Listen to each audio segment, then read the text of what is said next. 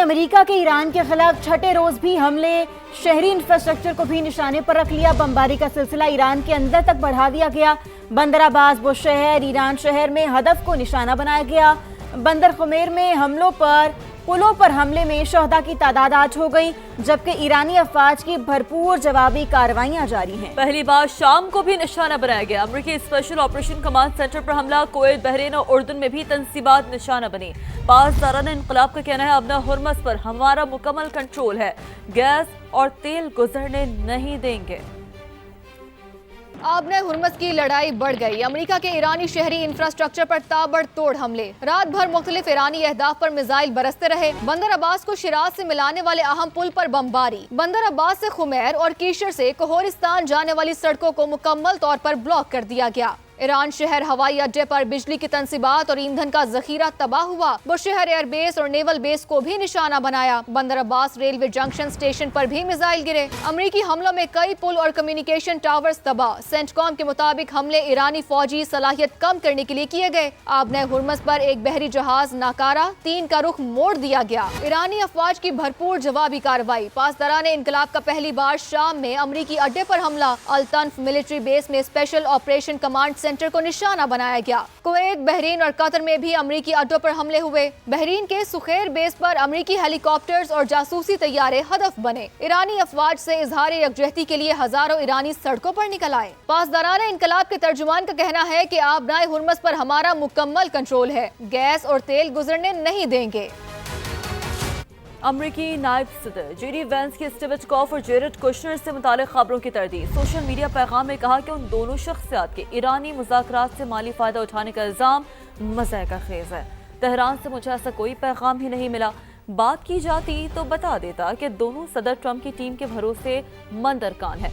खिते में अमन के लिए इन दोनों से बढ़कर किसी ने काम नहीं किया। अमेरिकी मीडिया ने दावा किया था कि विटकॉफ और जेरेड कुशनर ईरान मुज़ाकरात को माली फ़वाइद के लिए इस्तेमाल करते हैं और ईरानी हुकाम ने जेडी वेंस को इस हवाले से आगाह कर दिया था।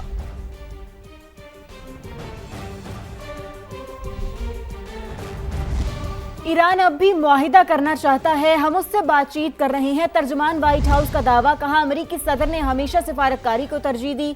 ईरान ने मफाहमती याददाश्त की खिलाफ वर्जी की। तेहरान को तिजारती जहाज़ों पर हमलों की इजाज़त नहीं दी जा सकती। Iran very much continues to talk to the United States of America and express that they want to make a deal with us because they are suffering devastating blows on behalf of our United States military. The reason, and this is important for the American people to understand, the reason for the recent strikes over the course of the last several days is because Iran violated the Memorandum of Understanding that we struck with them. Specifically, in the Memorandum of Understanding that they signed, they were not to fire on commercial vessels moving through the Strait of Hormuz. And unfortunately, they have made the tragic decision for them to do that. And President Trump is not going to sit by and allow these active acts of terrorism to take place in the Strait without ensuring Iran pays consequences for that. And that's what we are witnessing right now. और अभी ये जानिए कि अमरीकी सदर Trump ने चीन पर सदारती इलेक्शन में मुदाखलत का इल्ज़ाम लगा दिया। इदारों को तहकीकात और मुलव्वस अफराद के खिलाफ मुकदमा दर्ज करने का हुक्म। अपनी कौम से खिताब में कहा कि बीजिंग ने 2020 के इंतखाबात से पहले मुदाखलत की, 22 करोड़ से ज़्यादा वोटर्स की मालूमात तक रसाई हासिल की। इतने बड़े वाक़े पर पर्दा डाला गया।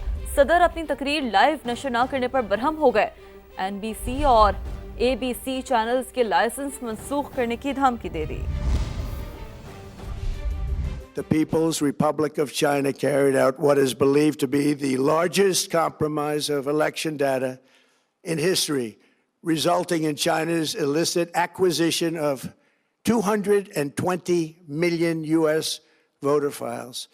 That information includes names, addresses, phone numbers, political party preferences, and other sensitive data that would be needed to register to vote and engage in other nefarious activities. Today, I'm asking the Office of the Director of National Intelligence, the Department of Justice, the FBI, and the CIA to investigate how and why such crucial information was hidden, to fire those involved in the cover-up, and to file criminal charges if appropriate.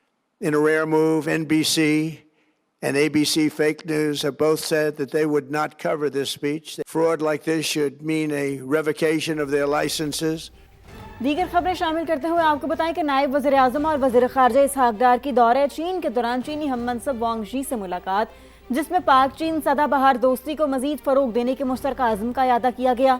तर्जुमान दफ्तर ख़ारजा के मुताबिक नायब वज़ीर आज़म और वज़ीर ख़ारजा इसहाक डार और चीनी वज़ीर ख़ारजा ने पाक चीन दो तरफ़ा ताल्लुकात की मुख्तलिफ जिहतों का जायज़ा लिया। CPEC-2, तिजारत, सरमायाकारी, डिजिटल मईशत और मसनूई जहानत में ताउन बढ़ाने पर जोर दिया गया। दोनों रहनुमाओं ने ताज़ा तरीन इलाकाई और आलमी पेशरफ्त और बाहमी दिलचस्पी के उमूर पर भी तबादला ख्याल किया। मुलाकात में all weather strategic cooperative partnership के मजीद फ़रोग के मुश्तरका अज़्म का भी इयादा किया गया। आलमी मंडी में खाम तेल की कीमतों में कमी। अमरीकी खाम तेल 0.3% कम होकर $78 फी बैरल पर आ गया। बरतानवी खाम तेल की कीमत में भी 0.5% कमी आई, जो अब $83 फी बैरल पर फरोख्त हो रहा है।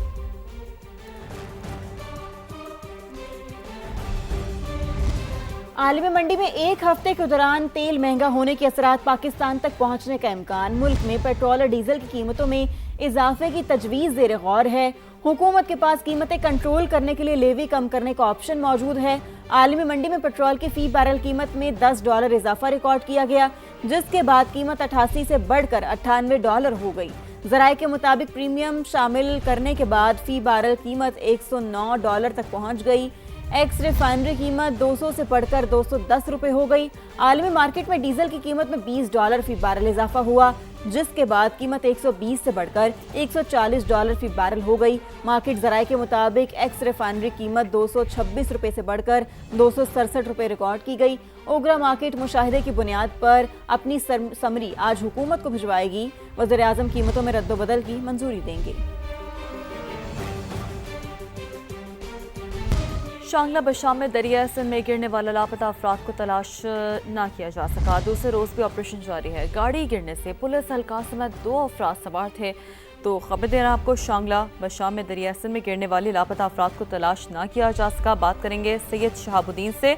शहाब, क्या डिटेल्स हैं आपके पास?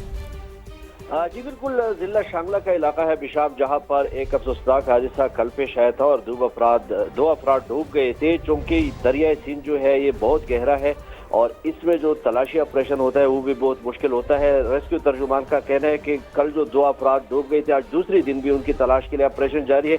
और आज एक दूसरा अफसोसनाक हादसा पेश आया है। एक कार जो है वो शंख के मुकाम पर दरिया सिंध में जा गिरी है, जिसमें पुलिस एहलकार समेत 2 अफराद सवार थी।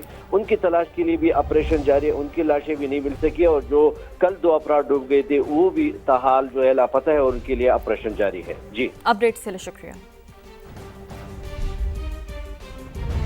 अब आपको बताएं, लाहौर में दरिया रावी में डूबने वाले 9 साल के बच्चे की लाश रेस्क्यू के गोताखोरों ने निकाल ली।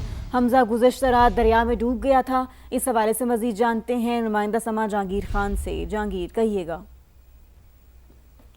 9 साल के हमजा की लाश दरिया रावी से निकाल ली गई। रेस्क्यू का ये कहना है कि ये 3 बच्चे थे जो कि दरिया में नहाने के लिए आए थे। इनमें से एक बच्चा हमजा जो है वो दरिया में गिर गया था और इसके साथियों ने फिर मुकामी अफराद को बच्चे के डूबने की इत्तला दी थी, जिस पर यह रेस्क्यू ऑपरेशन शुरू किया गया था। बच्चे की जो लाश है वो बुरसा के हवाले कर दी गई है, लेकिन अभी भी यहाँ पर रेस्क्यू की सर्चिंग टीम्स जो हैं वो तैनात हैं, क्योंकि सैलाब के दिन करीब हैं। इसलिए रेस्क्यू का ऑपरेशन जो है या रेस्क्यू की जो मॉक एक्सरसाइजेज हैं वो दरिया रावी में चलती रहती हैं। रेस्क्यू काम की जानिब से ये हिदायत जारी की गई हैं कि वालिदैन इन दिनों में ख़ास तौर पर अपने बच्चों को दरियाई इलाकों के करीब या दरिया के करीब आने से रोकें, ताकि किसी भी किस्म का कोई नाखुशगवार वाक़या पेश ना आ सके।